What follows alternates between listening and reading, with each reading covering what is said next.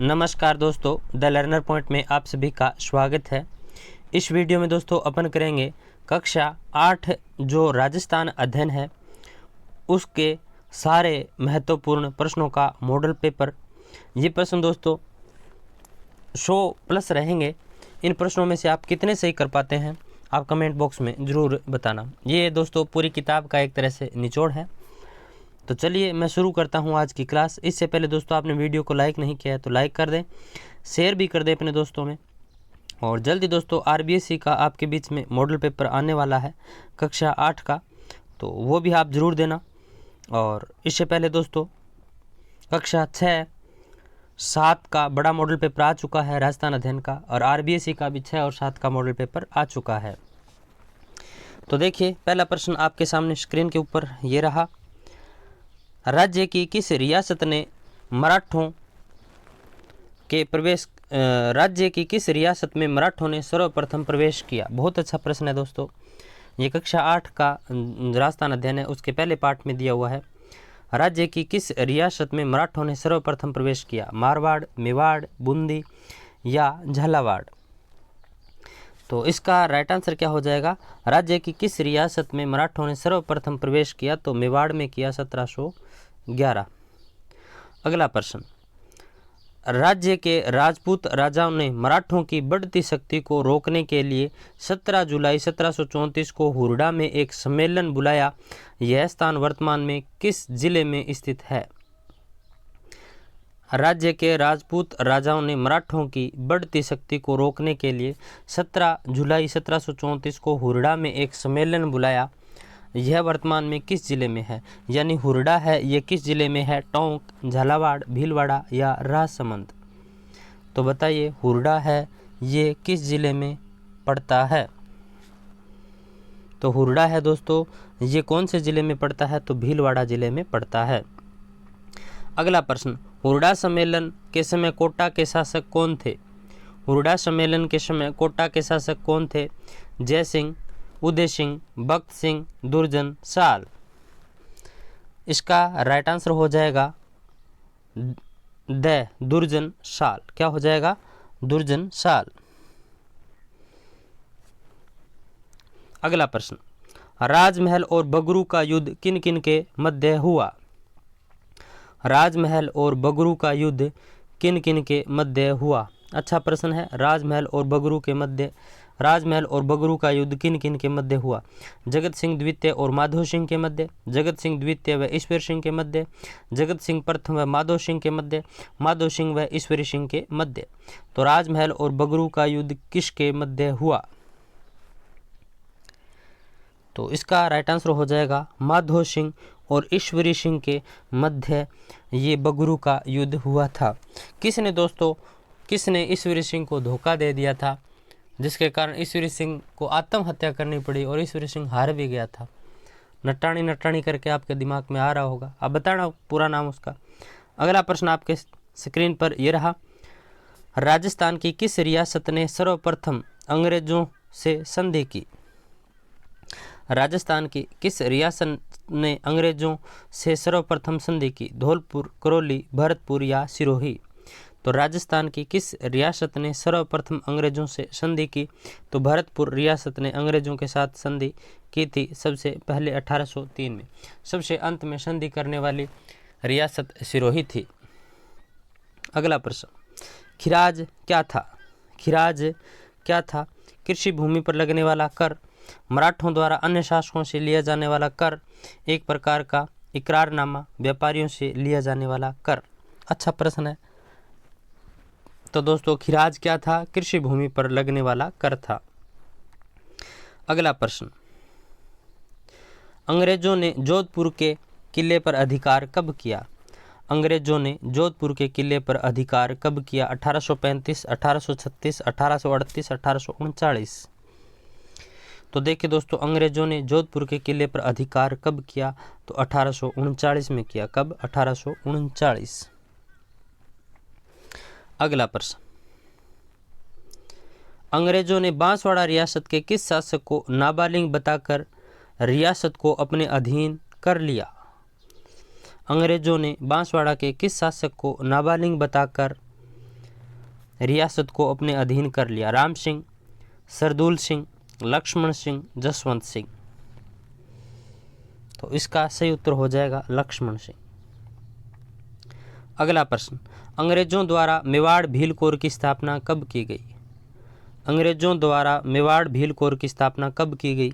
1834, 1835, 1841, 1822। तो इसका right answer क्या हो जाएगा? अंग्रेजों द्वारा मेवाड़ भील कोर की स्थापना कब की गई? 1841 में की गई। कब? 1841 में। जोधपुर लीजियन की स्थापना कब की गई? जोधपुर लीजियन की स्थापना कब की गई? 1822, 1834, 1835 या 1841? जोधपुर लीजियन की स्थापना कब की गई? तो इसका राइट आंसर क्या हो जाएगा? 10 का सी। 1835 में जोधपुर लीजियन की स्थापना की गई। कब? 1835। अगला प्रश्न, 1857 के समय राजस्थान का एजेंट टू गवर्नर जनरल कौन था? 1857 की क्रांति के समय राजस्थान का एजेंट टू गवर्नर जनरल कौन था? Patrick Lawrence, major showers, Eden मैकमोसन। तो 1857 के समय राजस्थान का एजेंट टू गवर्नर कौन था? Patrick Lawrence, major showers, Eden या मैकमोसन। तो 11 का राइट आंसर है वो क्या हो जाएगा? Patrick Lawrence. 1857 की क्रांति के समय राजस्थान का एजेंट टू गवर्नर कौन था? Patrick Lawrence. अगला प्रश्न, 1857 की क्रांति के समय मेवाड़ का पॉलिटिकल एजेंट कौन था? 1857 की क्रांति के समय मेवाड़ का पॉलिटिकल एजेंट कौन था? मैकमोसन, सावर्स, पैट्रिक लॉरेंस या कोई नहीं? 1857 की क्रांति के समय मेवाड़ का पॉलिटिकल एजेंट कौन था? तो इसका राइट आंसर क्या हो जाएगा? मेजर सावर्स था। कौन था? Major showers.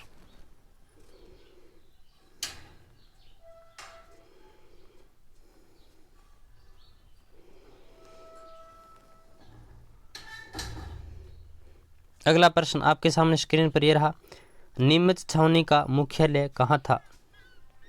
नीमच छावनी का मुख्यालय कहाँ था? ग्वालियर, पाली, टोंक या अजमेर? तो नीमच छावनी का मुख्यालय कहाँ था? ग्वालियर में था। अगला प्रश्न, खेरवाड़ा छावनी में कौन सी रेजिमेंट नियुक्त थी?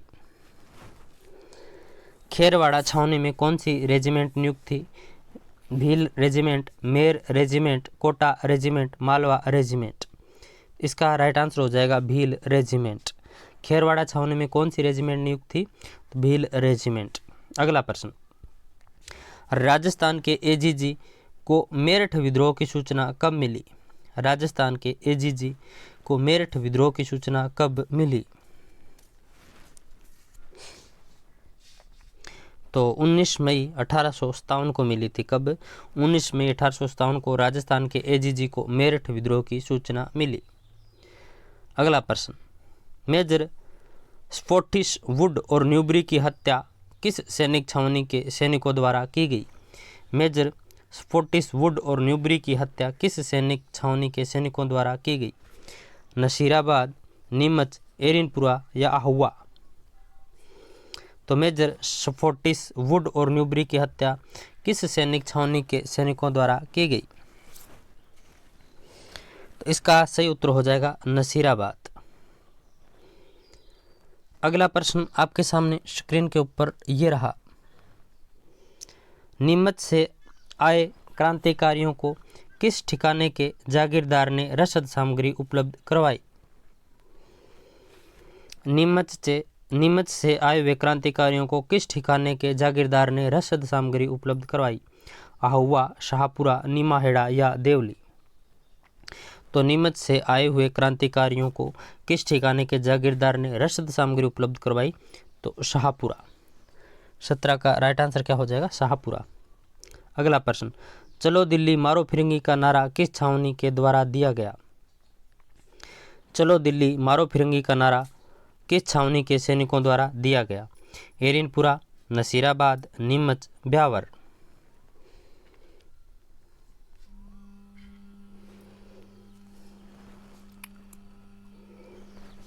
तो बताइए। चलो दिल्ली मारो फिरंगी का नारा कहाँ के सैनिकों के द्वारा दिया गया? तो एरिनपुरा। कहाँ के सैनिकों के द्वारा दिया गया? एरिनपुरा के। अगला प्रश्न आपके सामने स्क्रीन पर ये रहा, चेलावास का युद्ध कब हुआ? चेलावास का युद्ध कब हुआ? 8 सितंबर 1857, 18 सितंबर 1857, 8 जुलाई 1857, 18 जुलाई 1857। तो 19 नंबर का राइट आंसर बताइए। चेलावास का युद्ध कब हुआ? तो 18 सितंबर 1857 को चेलावास का युद्ध हुआ। अगला प्रश्न, किसके नेतृत्व में आहुआ पर पुनः अंग्रेजों ने अधिकार कर लिया? तो देखिए दोस्तों, इसका राइट आंसर क्या हो जाएगा? होम्स। अगला प्रश्न, एकीकरण से पूर्व राजस्थान में कितने ठिकाने थे? 1, 3, 4 या 7? तो एकीकरण से पूर्व राजस्थान में 3 ठिकाने थे। कितने? 3। 19 रियासतें, एक चीफ शिप प्रदेश यानी केंद्र शासित प्रदेश। अगला प्रश्न, एकीकरण का प्रथम प्रयास किस रियासत ने किया? एकीकरण का प्रथम प्रयास किस रियासत ने किया? मेवाड़, मारवाड़, कोटा या बीकानेर? तो एकीकरण का प्रथम प्रयास किस रियासत ने किया? तो कोटा रियासत ने किया। राजस्थान दिवस कब मनाया जाता है? 18 मार्च, 30 मार्च, 1 नवंबर, 26 मार्च। तो राजस्थान दिवस है ये 30 मार्च को मनाया जाता है। एकीकरण से पूर्व राजस्थान में कितने केंद्र शासित प्रदेश थे? 1, 2, 3, 19। तो एक केंद्र शासित प्रदेश था। राजस्थान के एकीकरण की प्रक्रिया किसके प्रयासों से? तो इसका सही उत्तर क्या हो जाएगा? राजस्थान के एकीकरण की प्रक्रिया किसके प्रयासों से आगे बढ़ी? तो देखिए दोस्तों, राजस्थान के एकीकरण की प्रक्रिया है इसका दोस्तों सबसे पहले प्रयास किसने किया, कोशिश किसने की? अंग्रेज अधिकारी पूछ ले तो लॉर्ड लिनिथगो ने दोस्तों किया था प्रयास। राजस्थान अध्ययन की जो बुक है 8वीं क्लास की, उसमें तीसरा पाठ है, उसमें ऊपर लाइन लिखी हुई है। तो अंग्रेज अधिकारी इसने प्रयास किया था, लेकिन दोस्तों राजपूत राजा है वो माने नहीं थे। और राजस्थान की एकीकरण की प्रक्रिया किसके प्रयासों से आगे बढ़ी? तो इसका राइट आंसर हो जाएगा सरदार वल्लभ भाई पटेल। ये बुक के पीछे भी प्रश्न दे रखा है दोस्तों। अगला प्रश्न, राजस्थान के एकीकरण के तीसरे चरण का क्या नाम था? राजस्थान के एकीकरण के तीसरे चरण का क्या नाम था? पूर्वी राजस्थान, राजस्थान संघ, संयुक्त राजस्थान या वृहत राजस्थान? तो देखिए दोस्तों, इसका राइट आंसर क्या हो जाएगा? 26 का सी, संयुक्त राजस्थान। अगला प्रश्न, लावा ठिकाने का विलय किस चरण में हुआ? प्रथम, द्वितीय, तृतीय, चतुर्थ? तो लावा ठिकाने का विलय किस चरण के अंदर हुआ था? क्वेश्चन 27 का सही उत्तर क्या हो जाएगा? बी, दूसरे चरण में। संयुक्त राजस्थान का प्रधानमंत्री किसे नियुक्त किया गया? संयुक्त राजस्थान का प्रधानमंत्री किसे नियुक्त किया गया? शोभाराम कुमावत, गोकुलाल असावा, माणिक्यलाल वर्मा, हीरालाल शास्त्री? कुमावत, असावा, वर्मा, शास्त्री। कुमावत, असावा, वर्मा, शास्त्री। अब ये संयुक्त राजस्थान की बात हो रही है दोस्तों, तो माणिक्यलाल वर्मा। अगला प्रश्न, किस चरण में महाराज प्रमुख का नवीन पद सृजित किया गया? किस चरण में महाराज प्रमुख का नवीन पद सृजित किया गया? प्रथम, द्वितीय, तृतीय या चतुर्थ? 29 का राइट आंसर क्या हो जाएगा? चतुर्थ में। अगला प्रश्न, झालावाड़ का कौन सा क्षेत्र मध्य प्रदेश को सौंपा गया? झालावाड़ का कौन सा क्षेत्र मध्य प्रदेश को सौंपा गया? सुनील ठप्पा, सिरोंज, देलवाड़ा या आबू? तो दोस्तों इसका राइट आंसर हो जाएगा सिरोंज।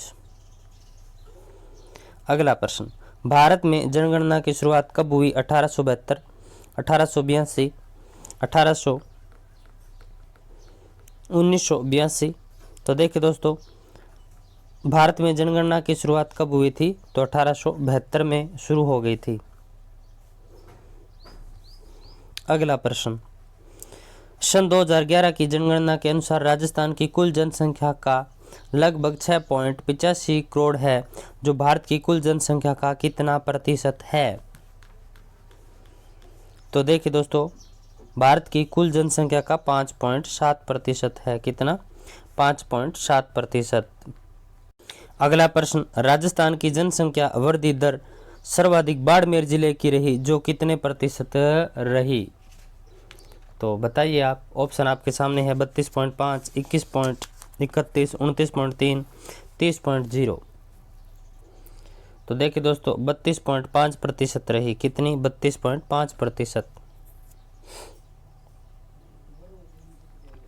अगला प्रश्न, सर्वाधिक जनसंख्या घनत्व जयपुर का है, जो कितने व्यक्ति प्रति वर्ग किलोमीटर है?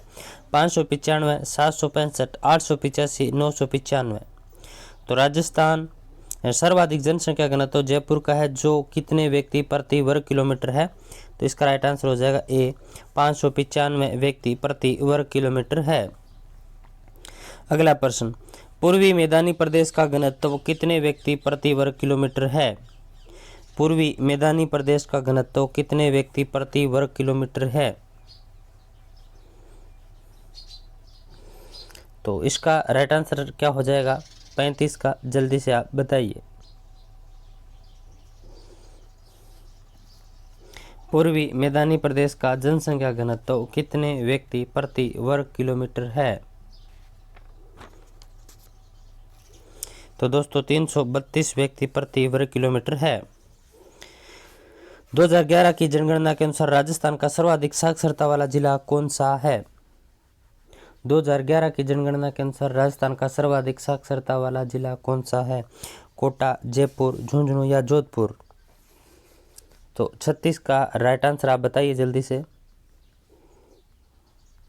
2011 की जनगणना के अनुसार राजस्थान का सर्वाधिक साक्षरता वाला जिला कौन सा है?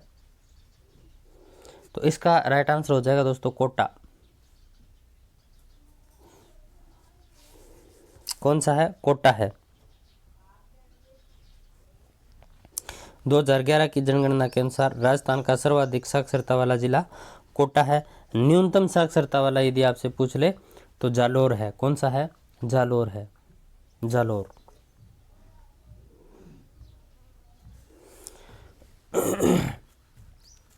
राजस्थान में पुरुषों में साक्षरता के हिसाब से आपसे सबसे उच्चतम प्रतिशत वाला पूछ ले तो कौन सा होगा आप बताइए। झुंझुनू होगा। कौन सा? झुंझुनू। और महिला साक्षरता में पूछ ले आपसे कि महिला साक्षरता में उच्चतम कौन सा है, तो दोस्तों महिला साक्षरता के अंदर उच्चतम है कोटा। कौन सा है? कोटा।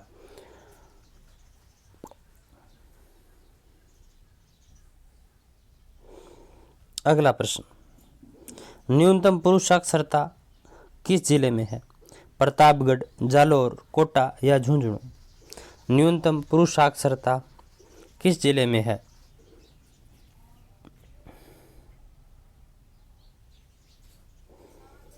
न्यूनतम पुरुष साक्षरता है दोस्तों प्रतापगढ़ जिले में। कौन से में? प्रतापगढ़।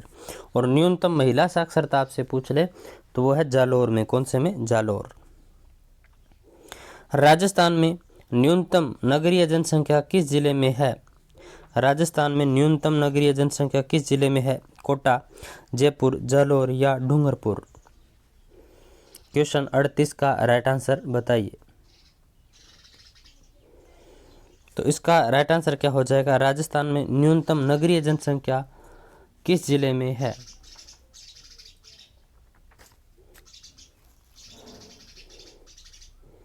तो न्यूनतम पूछ ले आपसे तो डूंगरपुर हो जाएगा। कौन सा? डूंगरपुर। डूंगरपुर जिले में न्यूनतम है। कितनी है? न्यूनतम।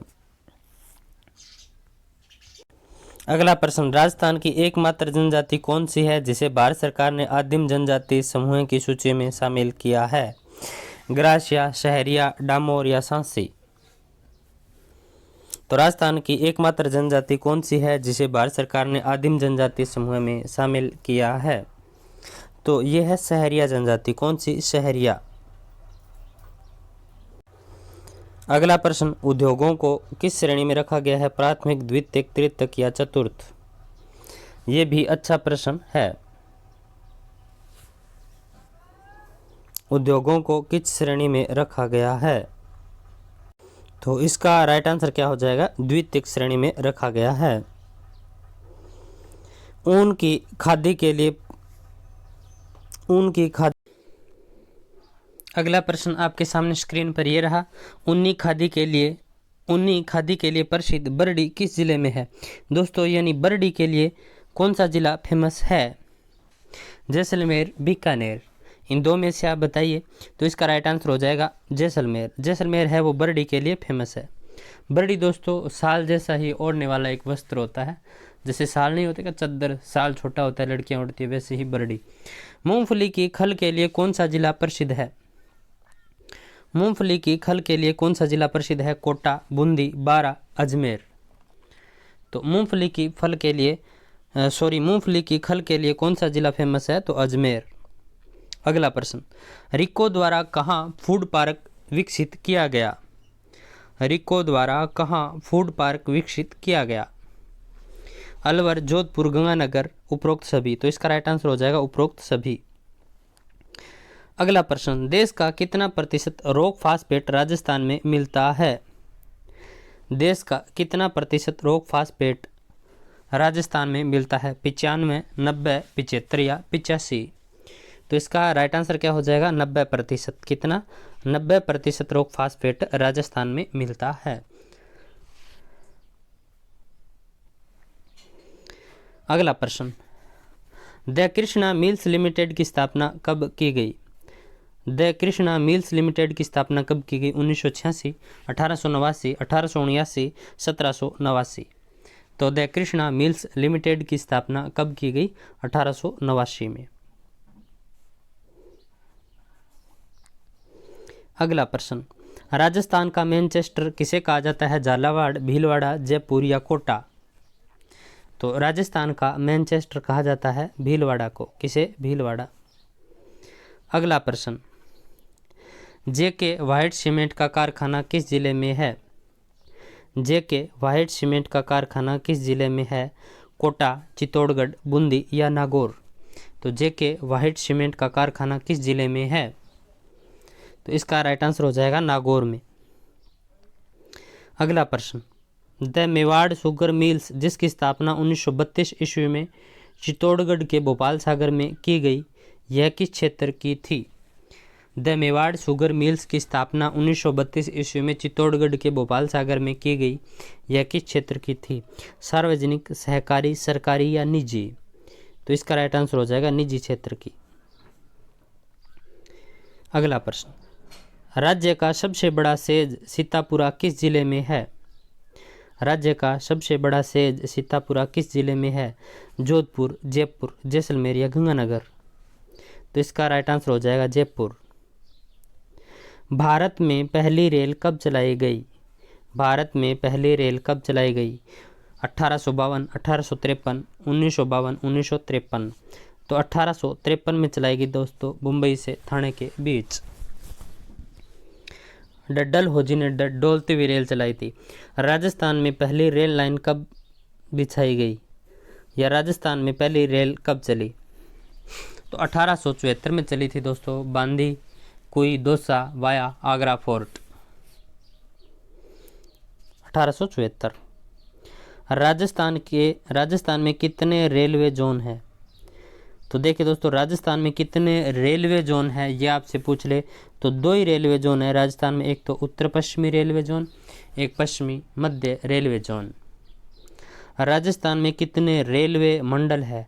यदि आपसे राजस्थान में रेलवे मंडल पूछ ले कि राजस्थान में कितने रेलवे मंडल हैं, तो 5 है दोस्तों। एक तो है जयपुर, बीकानेर, जोधपुर, अजमेर और कोटा। 5 रेलवे मंडल हैं। जयपुर में मेट्रो की शुरुआत कब की गई? जयपुर मेट्रो की शुरुआत कब की गई? तो जयपुर मेट्रो की शुरुआत कब की गई? आप जल्दी से इसका राइट आंसर बताइए। तो देखिए दोस्तों, जयपुर मेट्रो की शुरुआत जून 2015 को की गई। अगला प्रश्न, डबोक हवाई अड्डा किस जिले में स्थित है? डबोक हवाई अड्डा किस जिले में स्थित है? उदयपुर, पाली, जोधपुर या जैसलमेर। तो डबोक हवाई अड्डा उदयपुर में है।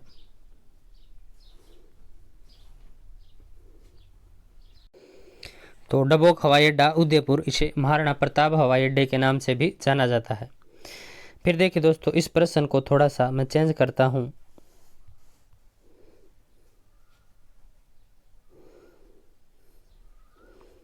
और देखिए दोस्तों, ये प्रश्न ऐसे है कुछ। कुंभलगढ़ का किला, कुंभलगढ़ किला किस जिले में स्थित है? बीकानेर, राजसमंद, चित्तौड़गढ़, उदयपुर। तो इसका राइट आंसर हो जाएगा राजसमंद में। अगला प्रश्न, कोटा में चंबल नदी के किनारे स्थित चंबल अभयारण्य किसके संरक्षण के लिए प्रसिद्ध है? घड़ियाल, मगरमच्छ, दोनों या इनमें से कोई नहीं? तो इन दोनों के लिए ही फेमस है। ऋषभदेव का मंदिर कहाँ स्थित है? ऋषभदेव का मंदिर कहाँ स्थित है?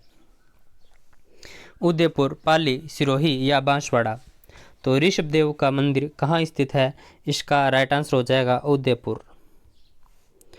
ऊंट महोत्सव का आयोजन कहाँ होता है? ऊंट महोत्सव का आयोजन कहाँ होता है? जैसलमेर, बीकानेर, जोधपुर या बाड़मेर? तो ऊंट महोत्सव का आयोजन कहाँ होता है? बीकानेर में होता है। कहाँ? बीकानेर। किस योजना का मुख्य उद्देश्य गेहूं और दालों की उन्नत किस्म का उत्पादन करना है? किस योजना का मुख्य उद्देश्य गेहूं और दालों की उन्नत किस्म का उत्पादन करना है? कृषि कल्याण कोष, राष्ट्रीय खाद्य सुरक्षा मिशन, राष्ट्रीय कृषि विकास मिशन, किसान कलेवा योजना? तो राष्ट्रीय खाद्य सुरक्षा मिशन। अगला प्रश्न, वित्तीय एवं गैर वित्तीय लाभों को सीधे जरूरतमंदों तक पहुंचाना किस योजना का मुख्य उद्देश्य है? तो इसका राइट आंसर हो जाएगा भामाशाह योजना। अगला प्रश्न, मनरेगा के अंतर्गत ग्रामीण परिवारों को वर्ष में न्यूनतम कितने दिन, देखिए दोस्तों न्यूनतम की बात हो रही है, न्यूनतम कितने दिन का रोजगार उपलब्ध करवाया जाता है? तो न्यूनतम दोस्तों 100 दिन का रोजगार उपलब्ध करवाया जाता है। राजशिको का पूरा नाम क्या है? राजशिको का पूरा नाम क्या है? तो दोस्तों इसका राइट आंसर क्या हो जाएगा 64 का बी, राजस्थान लघु उद्योग निगम लिमिटेड। राजस्थान जन आधार योजना प्रारंभ कब की गई? राजस्थान जन आधार योजना कब प्रारंभ की गई? 2015, 2019, 2020, 2021? तो राजस्थान जन आधार योजना है ये कब शुरू की गई? तो दोस्तों ये 2019 में शुरू की गई। सतत विकास लक्ष्य में कितने लक्ष्य सम्मिलित हैं?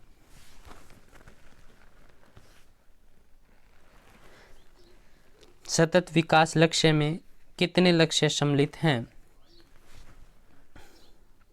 तो 17 हैं दोस्तों। कितने? 17। आयुष्मान भारत का संबंध किस क्षेत्र से है? तो आयुष्मान भारत का संबंध दोस्तों स्वास्थ्य से है। बुधाल आंदोलन की शुरुआत किसके द्वारा की गई? तो बुधाल आंदोलन है ये दोस्तों विनोबा भावे के द्वारा चलाया गया। किसके द्वारा? विनोबा भावे के द्वारा। और बुधाल आंदोलन तेलंगाना राज्य से शुरू हुआ था।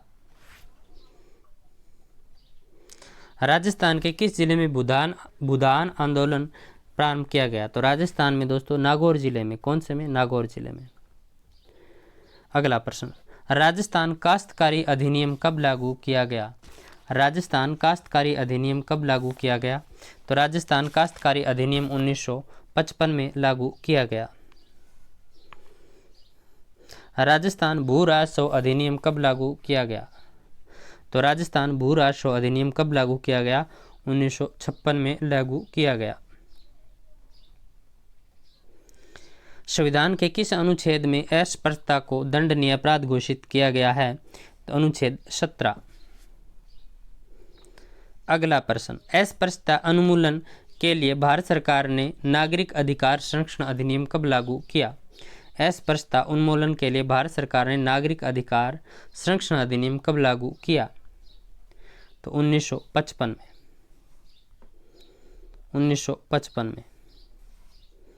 अगला प्रश्न, आप किसी भी राष्ट्र में महिलाओं की स्थिति को देखकर उस देश की हालत बता सकते हैं। उक्त कथन किसका है?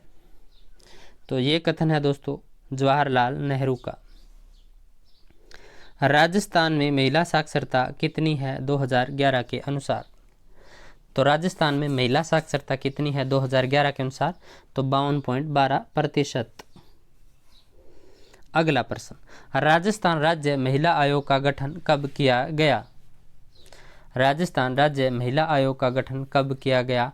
तो 15 मई 1999 को किया गया। राज्य महिला आयोग में कितने सदस्य होते हैं? तो राज्य महिला आयोग में दोस्तों एक तो अध्यक्ष होता है प्लस 3 सदस्य होते हैं।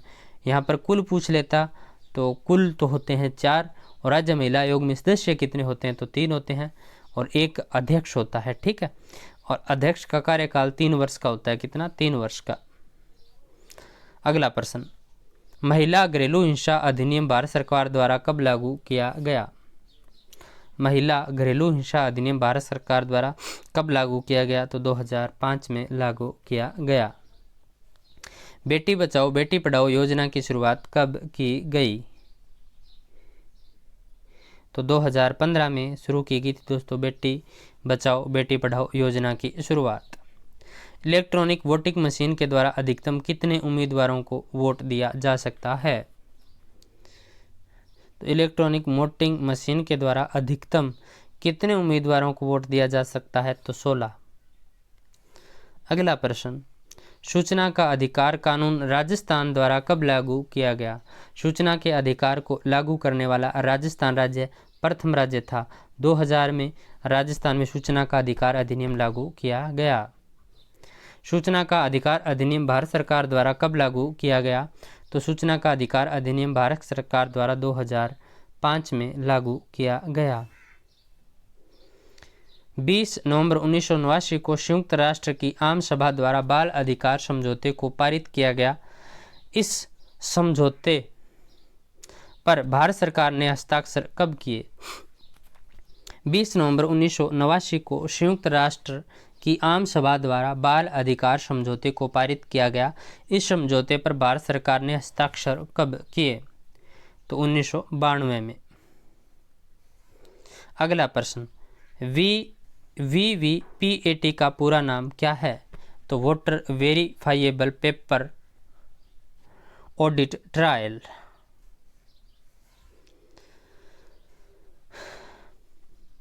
नगरीय स्वशासन की इकाई है। नगरीय स्वशासन की इकाई है तो ये सारी है नगर पालिका, नगर परिषद, नगर निगम। हमारे देश में किस संविधान संशोधन के द्वारा पंचायती राज व्यवस्था को अपनाया गया? तो 73वें संविधान संशोधन के द्वारा पंचायती राज व्यवस्था को अपनाया गया। पंचायत समिति का सरकारी पदाधिकारी कौन होता है? तो खंड विकास अधिकारी, BDO, block development officer.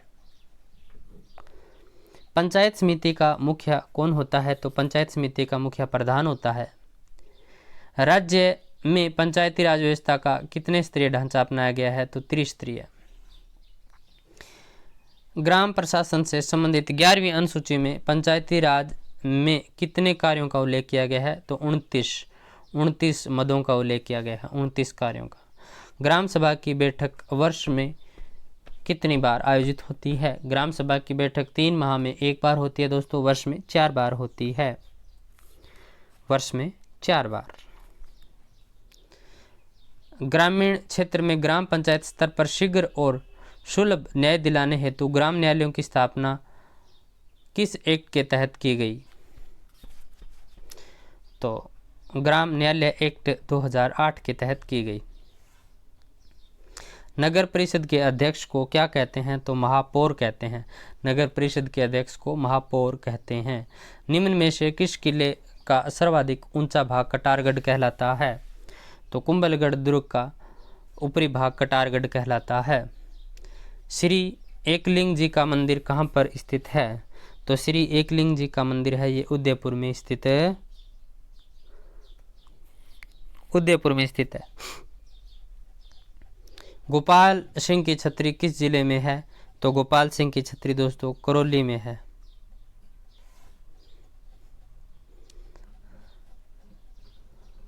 Nathmal की हवेली किस जिले में स्थित है? तो जैसलमेर जिले में।